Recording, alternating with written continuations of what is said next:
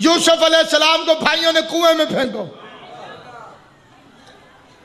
قافلے نے پانی کے لیے ڈول پھینکا، یوسف باہر آ گیا، بھائیوں نے کھوٹے سکوں کی عوض بیچا، یوسف مصر چلا گیا،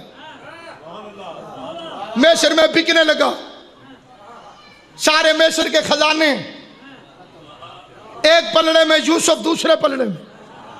دولت کی کیا جرت کہ نبوت کو خریدے۔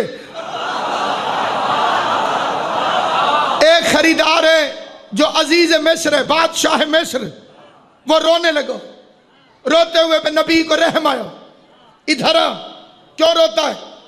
کہنے لگا تجھے خریدنا چاہتا ہوں، دولت ختم ہو گئی۔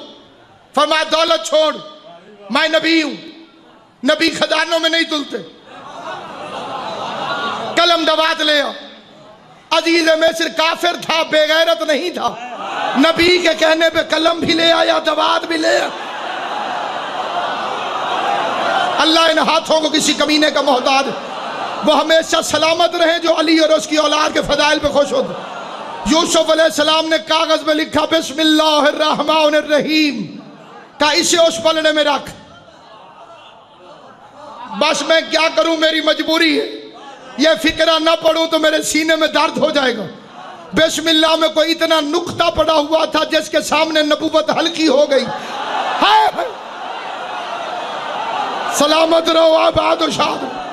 یوسف والا پلڑا اٹھ گیا، بسم اللہ والا پلڑا جھول گیا، بسم اللہ بھاری ہو گئی، نبوت ہلکی ہو گئی۔ گناہ کرواتی ہے تین چیزیں، جوانی، حسن، تنہائی۔ یہ تین چیزیں گناہ کرواتی ہیں۔ یوسف کے پاس تینوں تھی، جوانی بھی، حسن بھی، تنہائی بھی۔ علی فرماتے ہیں توبہ کرنی ہے تو جوانی میں کر، بڑھاپے میں تو بھیڑیا بھی شریف ہو جاتا۔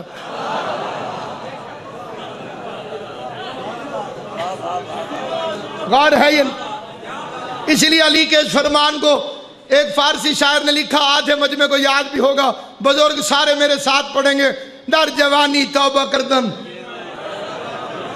شیوائے پیغمبری، ورنہ ہر گبرو بپیری می شود پرہیزگار۔ علی فرماتے ہیں بڑھاپے میں بھیڑیا بھی پرہیزگار ہو جاتا، جیسا چاکچ طاقت نہ رہے، پنجہ کمزور ہو جائے، شکار گزر رہا ہے، یہ شریف بن کے بیٹھو۔ علی فرماتے ہیں توبہ کرنی ہے تو جوانی میں کر۔ یوسف کے پاس حسن بھی تھا، جوانی بھی، تنہائی بھی، یہ تینوں مل کر ایک معصوم کا کچھ نہ بگاڑ سکے۔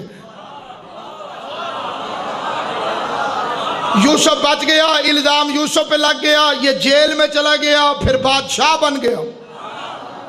کہ حد پڑا، کنعان کے لوگ گندم مانگنے مصر آئے، وہ آئے یوسف کے بھائی، وہ 307 کے مجرم۔ تو سو نہیں سمجھ دے تو کون سمجھ دے جناب؟ ارادہ قتل، اغوا، بردہ فروش۔ اب یہ ایک لفظ سمجھا تو اگلا لفظ سمجھ میں آئے گا۔ یوسف کو پتا تھا کہ یہ میرے بھائی ہیں، انہیں پتا نہیں چلا کہ یہ یوسف۔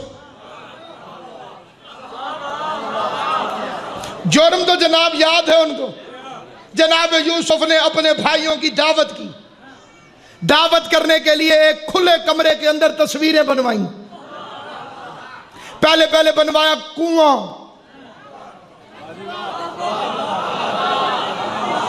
تیری توجہ ہے میرے بچوں، کیا بنوایا؟ کنواں، کھوہ،